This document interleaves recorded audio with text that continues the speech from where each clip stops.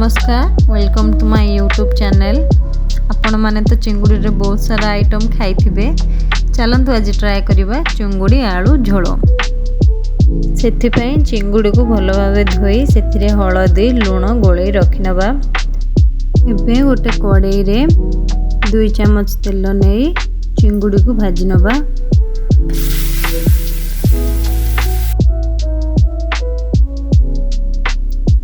देखो चिंगुड़ी रो केमती पानी बाहरुची।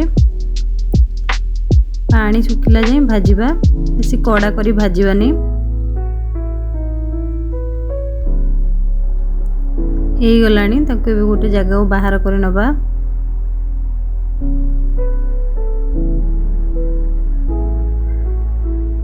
सेई कड़ाई रे एबे आउ किछि तेल नबा। सेथिरे गोटे तेजपत्र किछि कटा पियाज को दे भलो भाबे भाजीबा।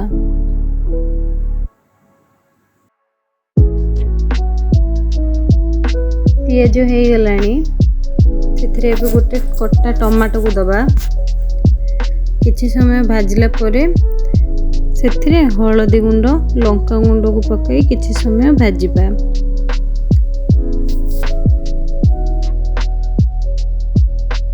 अदा रसुण जीरा रो पेस्ट को एबे पकेइबा। मसला रो कंचा स्मेल गला जाय भलो भाबे कसिबा। एबे सेथिरे धनिया गुंड जीरा गुंड लूण पकाई मसला को 5 ରୁ 10 मिनिट पर्यंत कसिबा।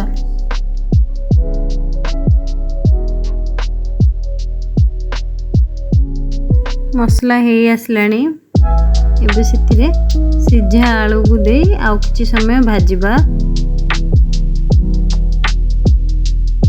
आलू को भाजिला समय रे मो एठी किछि कस्तूरी मेथी को हाथ रे गुंड करी नै जाईची। एबे सेथिरे गरम पानी को दबा।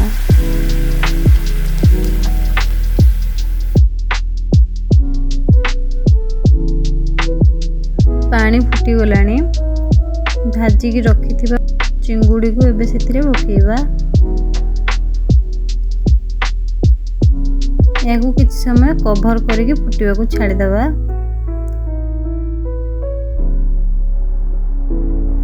5 मिनिट परे कवर को बाहर कर नबा। एबे सेथिरे किछि धनिया पत्र गरम मसला को पके गैस को बंद कर दबा। रेडी हे गला हम आलू चिंगुड़ी रो झोलो।